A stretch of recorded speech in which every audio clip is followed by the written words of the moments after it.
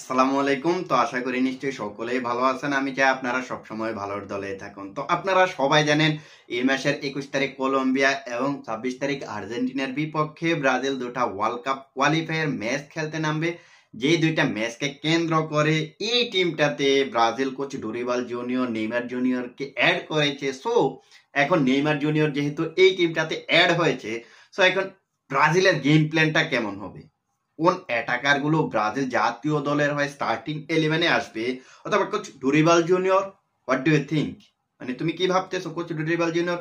সেই বিষয়টা নিয়ে আজকের এই ভিডিওতে কথা বলার ট্রাই করব। তো প্রথমত যদি আমরা ব্রাজিলিয়ান স্ট্রাইকার অর্থাৎ ব্রাজিলিয়ান যে ফরওয়ার্ড গুলা রয়েছে এদের যদি একটু এই সিজনের পারফরমেন্সটা দেখি, অর্থাৎ এখনো পর্যন্ত যতগুলো ম্যাচ খেলেছে এভারেজ সিজনে, ওই পারফরমেন্স গুলা যদি একটু বলি তাহলে দেখতে পারবো যে এভারেজ সিজনে নেইমার জুনিয়রকে এক সাইডে রাখলাম, কারণ নেইমার জুনিয়র একজন মিডফিল্ডার। সো নেইমার জুনিয়রকে নিয়েও কথা বলবো, বাট এখন একটু এক সাইডে রাখলাম। এখন আমরা যদি ব্রাজিল জাতীয় দলের অ্যাটাকার দেখি তাহলে কিন্তু দেখতে পারবো যে Savio Estevao, William, Raphinha, Rodrygo, Vinicius junior, Joao Pedro এবং মাতিয়াস কুনহা, মোটামুটি এরাই কিন্তু অ্যাটাকার। ও সরি, মাতিয়াস কুনাকে আবার কিন্তু মিডফিল্ডার হিসেবে রেখেছে, বাট মাতিয়াস কুনাকে মিডফিল্ডার হিসেবে রাখলো, তাকে সেন্টার ফরওয়ার্ড হিসেবে খেলানো যাবে। এখন আমরা যদি মাতিয়াস কুনার পারফরমেন্সটা দেখি তাহলে দেখতে পারবো যে এভারেজ সিজনে অলরেডি 29টা ম্যাচ খেলেছে ওলভারহ্যাম্পটনের হয়ে। 29টা ম্যাচে 15টা গোল, 4টা অ্যাসিস্ট করেছে। আমরা যদি এখন সাবিওর কথা বলি ম্যানচেস্টার সিটির, তাহলে কিন্তু দেখতে পারবো যে এবার মৌসুমে 37টা ম্যাচ খেলে মাত্র 2টা গোল, 9টা অ্যাসিস্ট করেছে। আমরা যদি এখন রাফিনিয়ার কথা বলি, ভাইরে ভাই, দেখতে পারবো যে এই প্লেয়ারটা এবারের মৌসুমে 40টা ম্যাচ খেলেছে বার্সেলোনার হয়ে, যেখান থেকে 25টা গোল, 16টা অ্যাসিস্ট কিন্তু তিনি করেছেন। অর্থাৎ তিনি সরাসরি 40 ম্যাচে 41 গোলে অবদান কিন্তু তিনি রেখেছেন। আমরা যদি এখন রদ্রিগোর কথা বলি তাহলে দেখতে পারবো যে তিনি রিয়াল মাদ্রিদের হয়ে এখনো পর্যন্ত 40টা ম্যাচ খেলেছে, যেখান থেকে 14টা গোল, 8টা অ্যাসিস্ট করেছে। এবার যদি আমরা সর্বশেষ ভিনিসিয়াস জুনিয়রের কথা বলি তাহলে দেখতে পারবো যে তিনি অলরেডি রিয়াল মাদ্রিদের হয়ে 38টা ম্যাচ খেলেছে। 38টা ম্যাচে তিনি 19টা গোল, 10টা অ্যাসিস্ট করেছেন। অর্থাৎ আমরা কিন্তু দেখতে পাইতেছি যে তিনি সরাসরি 29 গোলে অবদান রাখছেন। সো এটা হচ্ছে ভিনিসিয়াস জুনিয়রের পারফরমেন্স এবং এভরিথিং। ব্রাজিলের যেই প্লেয়ার গুলা রয়েছে অ্যাটাকার হিসেবে তাদের পারফরমেন্স, এস্তেবাও উইলিয়ামের নামটা আমি ড্রপ করে গেছি, বাট তার স্টেজ গুলা চেক করা হয়নি। এখন যদি আমরা নেইমার জুনিয়রের কথা বলি, তাকেও আপনি একজন অ্যাটাকার এবং মিডফিল্ডার, অ্যাটাকার মিডফিল্ডার এমন টাইপের একটা প্লেয়ার ধরে নিতে পারেন। তিনি এবারের মৌসুমে সান্তোসে এসে 7টা ম্যাচ খেলে 6টা গোলে গোল প্লাস অ্যাসিস্ট করেছেন, 3টা গোল, 3টা অ্যাসিস্ট করেছেন। সো এগুলা হচ্ছে মোটামুটি প্লেয়ারদের পারফরমেন্স। এবার আমরা আসি কোন প্লেয়ার গুলোকে দিয়ে স্টার্টিং 11টা সাজানো উচিত, অর্থাৎ ফাইনাল থার্ডে। দেখুন ব্রাজিলের হাতে এখন যে পরিমাণ ফাইনাল থার্ডের অপশন আছে, সেই অনুযায়ী ব্রাজিলকে এখন কিন্তু অ্যাটাকিং ফুটবল খেলতে হবে। ব্রাজিলের হাতে এই প্লেয়ার গুলা থাকার পরে Neymar junior, Vinicius junior, Rodrygo, Raphinha, Matheus Cunha, Pedro, এই প্লেয়ার গুলা এখন যে ফর্মে আছে, তাদেরকে যদি অ্যাটাকিং ফুটবল না খেলতে দেওয়া হয়, তাদেরকে দিয়ে যদি ভাই ডিফেন্সিভলি ফুটবল খেলানো হয়, তাহলে ব্রাজিলের সঙ্গে এটা যাবে না। এখন ব্রাজিলের মূল শক্তির জায়গায় কিন্তু এটা। এখন যদি আপনি ডিফেন্স মিডফিল্ড হিসাব করেন, ওই জায়গাগুলো থেকে ফার বেটার অপশন ব্রাজিলের হাতে রয়েছে অ্যাটাক লাইনে। সো এখন ব্রাজিলকে অ্যাটাকিং ফুটবলে কিন্তু খেলতে হবে। ম্যাচ বের করে আনতে হলে হ্যাঁ আপনি হয়তোবা 1-2টা গোল কনসিড করলেন, বাট আপনাকে এমন ভাবে খেলতে হবে আমি 1-2টা গোল কনসিড করলে আমি যাতে তার ডাবল গোল দিতে পারি। আমি যদি 1-2টা গোল কনসিড করি, আমি যাতে আরো 3-4টা গোল দিতে পারি, এমন অ্যাপ্রোচে কিন্তু খেলতে হবে কোচ ডোরিবাল জুনিয়রকে। বাট আমি জানি না কোচ ডোরিবাল জুনিয়র কি করবে।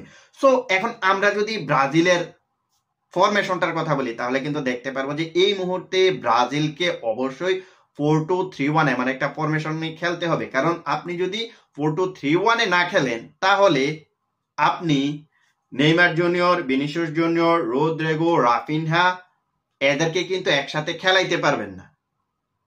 এখন এদেরকে খেলাইতে হলে অবশ্যই আপনাকে 1-2টা প্রথাগত মিডফিল্ডার, একটা অ্যাটাকিং মিডফিল্ডার এবং 3টা প্রথাগত অ্যাটাকার নিয়ে খেলতে হবে। সো এটা যদি না করা হয় তাহলে কিন্তু ব্রাজিল কোচ ডোরিবাল জুনিয়রকে একটা প্লেয়ারকে ড্রপ করতে হবে। নেইমার জুনিয়রকে তো ড্রপ করবে না, এই জায়গায় রাফিনহা, ভিনিসিয়াস জুনিয়র এই দুটা প্লেয়ারকে রাখলে রদ্রিগোকে ড্রপ করতে হবে। আবার রাফিনহা, রদ্রিগোকে রাখলে ভিনিসিয়াস জুনিয়রকে ড্রপ করতে হবে। বাট কোচ ডুরিবাল জুনিয়র যদি চায় যে হ্যাঁ আমি এই 4টা প্লেয়ারকে স্টার্ট করাবো, তাহলে অবশ্যই তিনি 4-2-3-1 ফরমেশনে খেলবেন।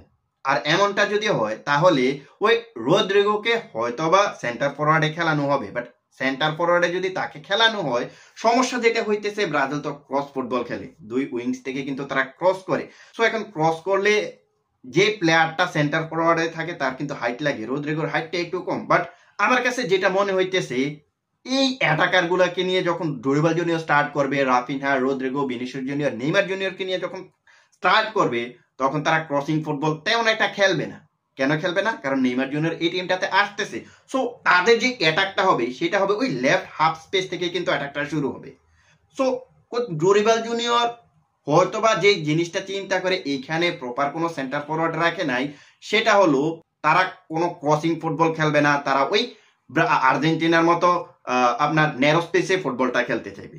আমার কাছে যেটা মনে হইতেছে, কারণ এখন কিন্তু নেইমার জুনিয়র চলে এসেছে, নেইমার জুনিয়র যেহেতু এসেছে তিনি ওই ন্যারো স্পেসে কিভাবে ড্রিবল করে বল বের করে আনবে সেই জিনিসটা মাথায় রেখে হয়তোবা কোচ ডুরিবাল জুনিয়র এখানে প্রথাগত সেন্টার ফরওয়ার্ড হাইটে ভালো এমন ধরনের সেন্টার ফরওয়ার্ড রাখে নাই।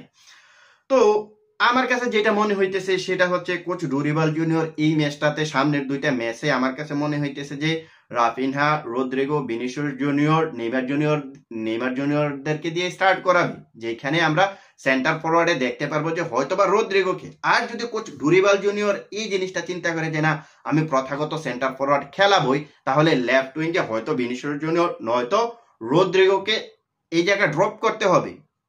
এখন সেন্টার ফরওয়ার্ডে যদি কাউকে খেলানো হয় সেটা হতে পারে জুয়াও পেদ্রো, নয়তো বা হতে পারে মাতিয়াস কুনা। যদিও মাতিয়াস কুনা একজন অ্যাটাকিং মিডফিল্ডার হিসেবে কোচ ডুরিবাল জুনিয়র তাকে রাখছে, বাট তাকে খেলানো যায়, ওই জায়গাটাতে খেলানো যায়। সো এখন কোচ ডুরিবাল জুনিয়র কে অনেক বড় একটা ডিসিশন নিতে হবে।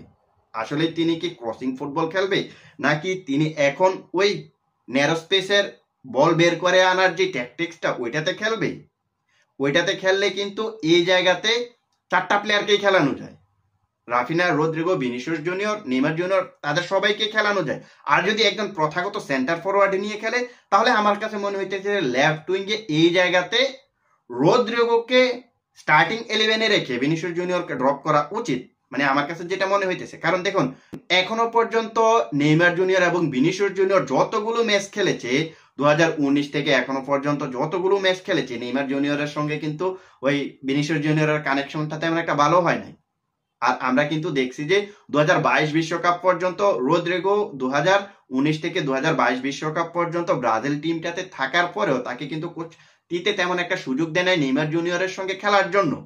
বাট আমরা দেখছি যে 2022 বিশ্বকাপের শেষের দিকে এসে তাকে কিছুটা গেম টাইমিং দেওয়া হয়তো, কখনো 20-22-25 মিনিট কখনো দেওয়া হয়তো। আমরা কিন্তু একটা জিনিস দেখেছি যে তাকে ক্রোয়েশিয়ার এগেনস্টে যেই ম্যাচটা ব্রাজিল পেনাল্টি শুট আউটে হারছিল, ওই ম্যাচটাতে তাকে কিন্তু সম্ভবত 66 মিনিটে মাঠে নামাইছিল ভিনিসিয়াস জুনিয়রকে উঠিয়ে দিয়ে। সো ভিনিসিয়াস জুনিয়রকে উঠিয়ে দেওয়ার পরে রদ্রিগোকে যখন নামানো হয়েছে, তখন ব্রাজিল 105 মিনিটে যে গোলটা পেয়েছে, নেইমার জুনিয়র যে আউটস্ট্যান্ডিং দুর্দান্ত একটা গোল করেছে, ওই গোলটার ক্রিয়েটরও কিন্তু আপনি ধরে নিতে পারেন যে রদ্রিগো ছিল। কারণ নেইমার জুনিয়র যখন 1-to-1 খেলতেছিল রদ্রিগোর সাথে, তখন রদ্রিগো নেইমার জুনিয়রের যে মুভমেন্টটা পিক করছে, ওইটা দেখার পরে আপনি বলতে বাধ্য হবেন যে এই জায়গায় ভিনিসিয়াস জুনিয়রের চাইতে রদ্রিগো পারফেক্ট নেইমার জুনিয়রের সাথে খেলার জন্য।